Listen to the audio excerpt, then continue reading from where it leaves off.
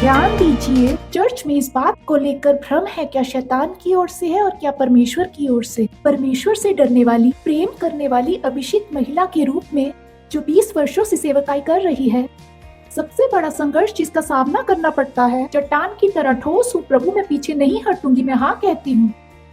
और जिस संघर्ष का मैं नियमित रूप से सामना करती हूँ, वह कैसा संघर्ष है। क्या परमेश्वर मुझे कुछ सिखा रहे हैं, दिखा रहे हैं जो सीखने की जरूरत है? क्या मुझे ध्यान देने की जरूरत है? क्या हो रहा है? क्या शैतान मुझ पर हमला कर रहा है? जी हाँ, मुझे दुख पहुंचा रहा है। क्या ये उसकी ओर से है या मेरी ओर से? जीवन में जो भी मैंने बोया या घटित हुआ, मैं क्या उसका फल झेल रही हूँ? मुझे समझ नहीं आता, परंतु हम लड़ाई नहीं लड़ पाएंगे अगर नहीं जानते किससे लड़ना है। और जो मैं चर्च में अक्सर महिलाओं के रूप में देखती हूँ कि हम में अलग अलग चीजों को दोष देने की प्रवृत्ति होती है, फिर हम हताश और पराजित महसूस करते हैं क्योंकि हम निश्चित नहीं हैं। हम बैठ जाते हैं, हमारे पास लड़ने, भागने या स्थिर रहने का क्षण होता है, पर हम नहीं जान पाते क्या करें। हम नहीं जानते किसकी ओर से है, परमेश्वर, शैतान या हमारी ओर से।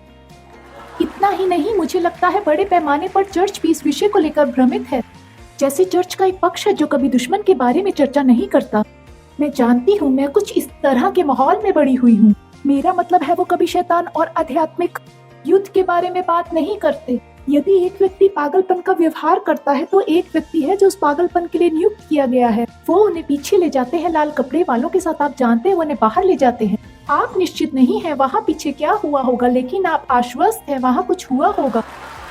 वहाँ रेंगना और खुरचना होता है, आप निश्चित नहीं है पर कुछ होता है। आप प्रार्थना करते हैं जब वो वापस आए तो सब ठीक हो, वो आत्माएं हमें ना पकड़ ले। अक्सर ऐसा होता था जैसे उन्हें हैरी पॉटर दिखाई हो। मुझे निश्चय है ऐसा ही था।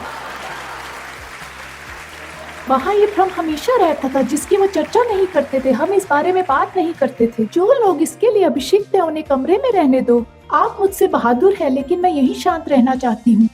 फिर चर्च का एक बिल्कुल दूसरा पक्ष है जो ऐसा है, यहाँ शैतान, वहाँ शैतान, हर जगह शैतान।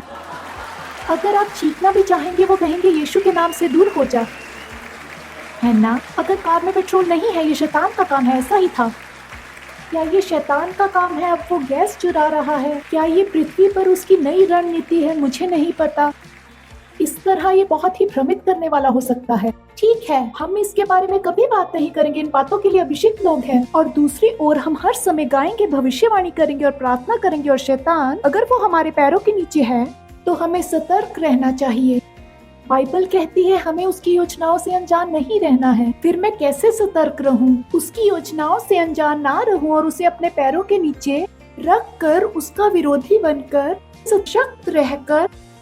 मेरा मतलब है जब हम वास्तव में जानते इसे कैसे करना है, हम कह सकेंगे हे शैतान मुझसे दूर हो। फिर ऐसे समय आएंगे आप कहेंगे ये तो परमेश्वर है। मुझे विश्वास है वो सबक सिखा रहे हैं। मेरा मतलब है बहुत ही सहजता से, हे प्रिय यहाँ आओ, मैं तुम्हें इस बारे में सिखाता हूँ।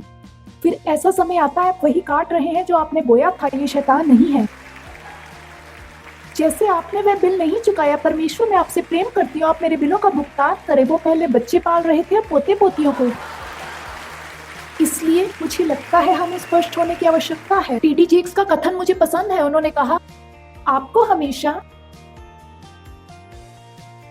अपने दुश्मन को समझना होगा, क्योंकि आप जिसे समझ नहीं सकते उसे हरा नहीं सकते।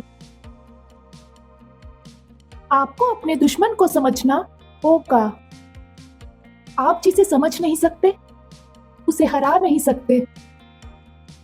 और आपका असली दुश्मन आपके जीवन से बैर रखता है। वो आपको हराने के लिए ललायित है। उस पर आपको लूटने की धुन सवार है। जब बैरी की रणनीति की बात आती है तो मैं पवित्र शास्त्र में से आपको कुछ बताना चाहती हूँ ताकि जब आप घर जाएं तो अपना वास्तविक जीवन जी पाएं। आप भ्रमित ना होंगे कि मुझे नहीं पता क्या है या इसे कैसे करना है। आप कहें ओ नहीं नहीं, मैं पूरी तरह तैयार हूँ।